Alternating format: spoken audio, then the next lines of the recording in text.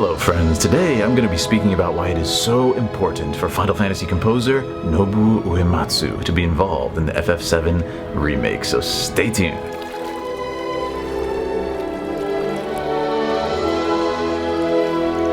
So let's get right into it. I'm going to share with you my reasons why I think Nobuo Uematsu needs to be involved in this game. And guys, please tell me in the comments what you guys think. But as for me, when I picture Final Fantasy VII, I consider the countless accolades it has accumulated over the years. For me, one of the most important, one of the most impactful aspects of that lineage is of course the music. I mean, think about all those moments that were so completely painted and so beautifully rendered, and they came together so flawlessly, even without voice acting, in the absence of spoken word. The music, themes, and the ideas, and that literary, operatic level that is FF7, it brings it together so beautifully and so concisely, I think, and I'm going to explain that in a little bit more. So I'm sure anyone's objection to my necessity that Nobu must be involved in this project is, of course, that there's plenty of talent to go around, especially within Square Enix. For instance, Takehiro Ishimoto, or even Yoko Shimomura of Kingdom Hearts fame and now Final Fantasy 15. She's proven herself on a project of, this epic scale. Why not give things a near spin in Keiichi Okabe and his beautiful team? I agree, amazing composers in their own right, but what we've seen in the past, we've seen, for the most part, all of those composers tackle these Nobuo Uematsu pieces. Now, of course, a lot of people will bring up, but Ishimoto did fantastic work in his orchestral interpretation on the Crisis Core soundtrack, because I know Nomura loves working with the director, of course. He loves working with Ishimoto, he loves his work on Crisis Core. He's actually come out and said Ishimoto is his favorite composer.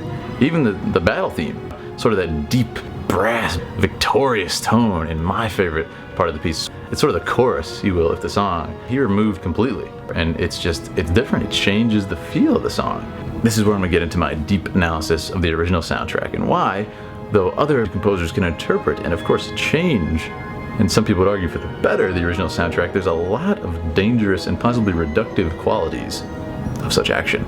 So when I re-journeyed into the soundtrack, but I noticed a few key aspects that I hadn't when I was younger. I realized there's certain tones and there's certain themes that are so prominent. The first footsteps you take into Final Fantasy VII, in fact, with essentially a blank screen. Again, in the absence of voice, in the absence of, photorealistic graphics. What do we have? We have these three tones. This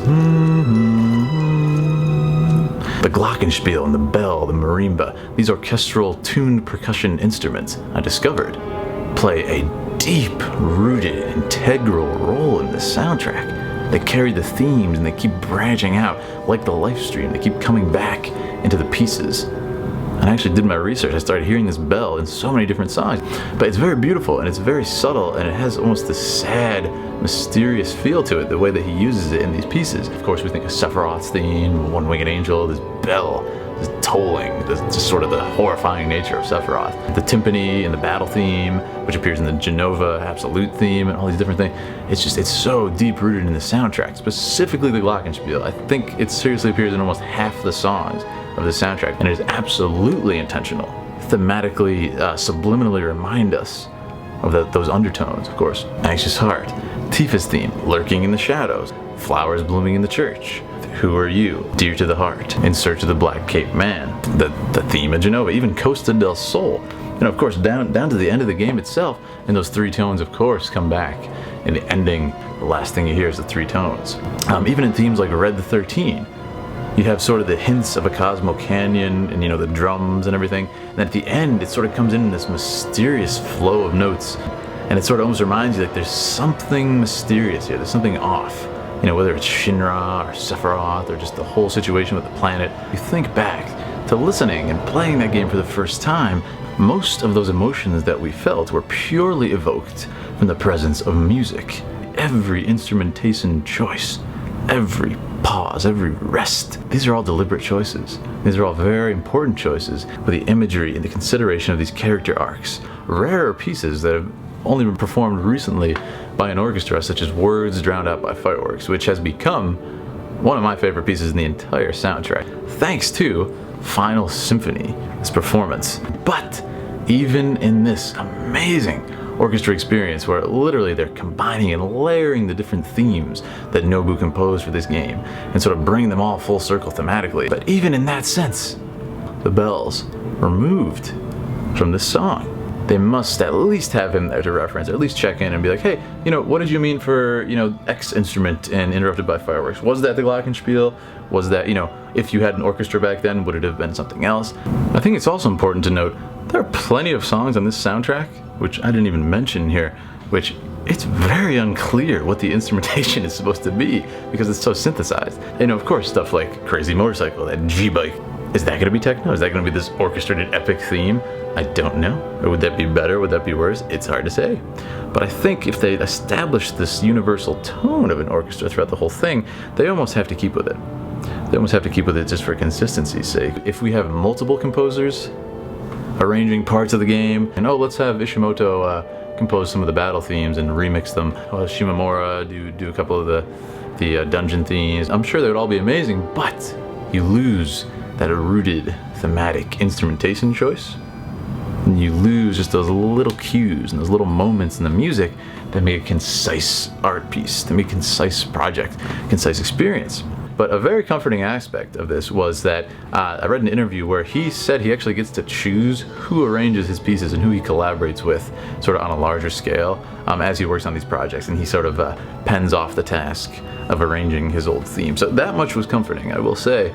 And while many people would argue that Shimomura is vastly more sophisticated in her composition, I think most people would argue that on a classical music level, right?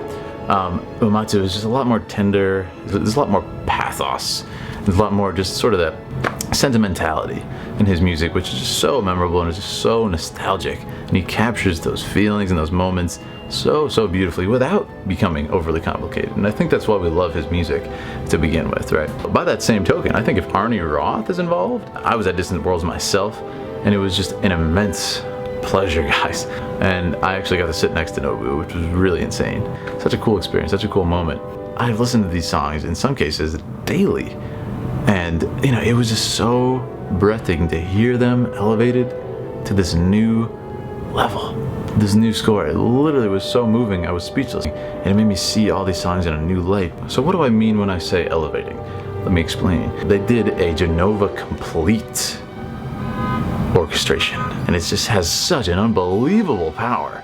Adding in instrumentation, adding in vocals, and all these magnificent additions, while retaining the exact feel of the original. That's the level of expertise, that velocity, that power, that depth of the performance. That's the touch that we need on this soundtrack. It's maintaining that feel, those emotions that were depicted so cleanly, so beautifully.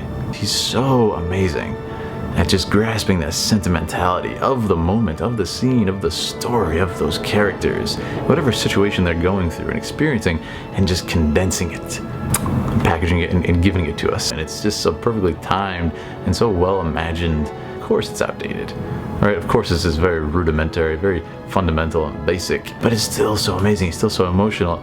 So while many, including myself, may argue that the battle system should be updated, at least in some way, or changed, and I've gotten heat for that, I think we can all agree on that the music itself, it needs to be elevated. Once again, change the standard of gaming music when, of course, One Winged Angel comes to mind, all these other songs, this amazing soundtrack that he crafted before did change the landscape of gaming music in general. And that is why I think they need to have, at least in some capacity, our dear friend Nobuo Uematsu on board for this remake. Do you agree? Tell me down in the comments. Guys, so thank you so much for watching. It has been a pleasure collaborating with the Lifestream.net to make this video. Make sure to go check out that site if you haven't. It's going to be the go-to source as the remake comes, believe me. Also, guys, if you want to see more of me, check out my channel, Daily Fill Up. I talk about Final Fantasy 15 and other games, martial arts, drawing. I stream on Twitch. I'm a fitness coach if you guys need help getting in shape.